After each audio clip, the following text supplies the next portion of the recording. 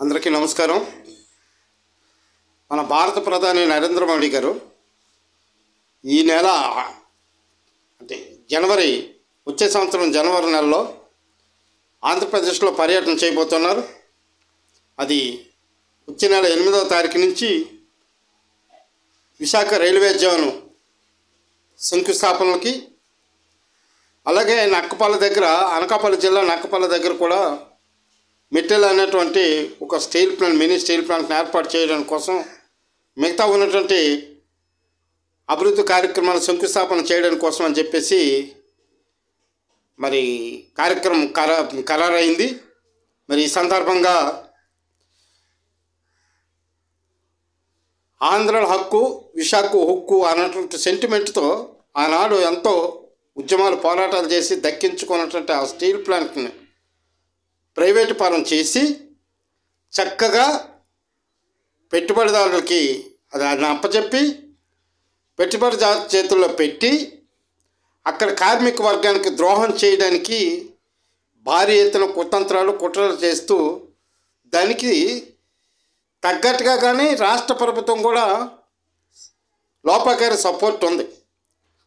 లోపాకారి support లేకుండా మోడీ నిర్ణయాలు తీసుకోవడానికి, ముందుకు రావడానికి, ఎందుకంటే ఇప్పటికే మనకు 18 మంది ఎంపీలు ఉన్నారు.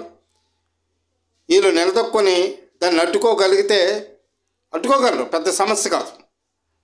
అందుచేత ఈరోజు ప్రజలు గమనించండి, కార్మిక వర్గం గమనించండి, కర్షకులు గమనించండి.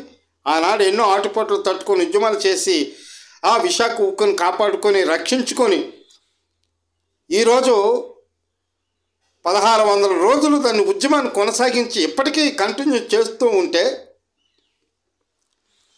గాజువాక ఎమ్మెల్యే పల్లా శ్రీనివాస్ గారు, నేనున్నాను మీకెందుకు, నేను ఇది ప్రైవేటు పరం కాకుండా నేను అడ్డుకుంటాను, ఆపుతాను, మేము మీ పక్షమని చెప్పినటువంటి ఈ పెద్ద మనుషులు ఈరోజు పక్కనే అనకాపల్లి జిల్లా నక్కపల్లి దగ్గర వేరే స్టీల్ ప్లాంట్ ఎలాగా, మీరు ఇక్కడ ఏం అడుగుతారు?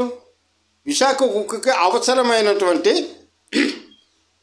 ప్రత్యేక గనులు ఇవ్వండి, దాన్ని మేము రన్ చేస్తాం, లాభాల బాటలో పట్టిస్తాం అని చెప్తూ ఉన్నారు. దాని ప్రత్యేక గనులు ఇవ్వరు, దాని ప్రత్యేకమైనటువంటి ఏవి ఆలోచన చేయరు.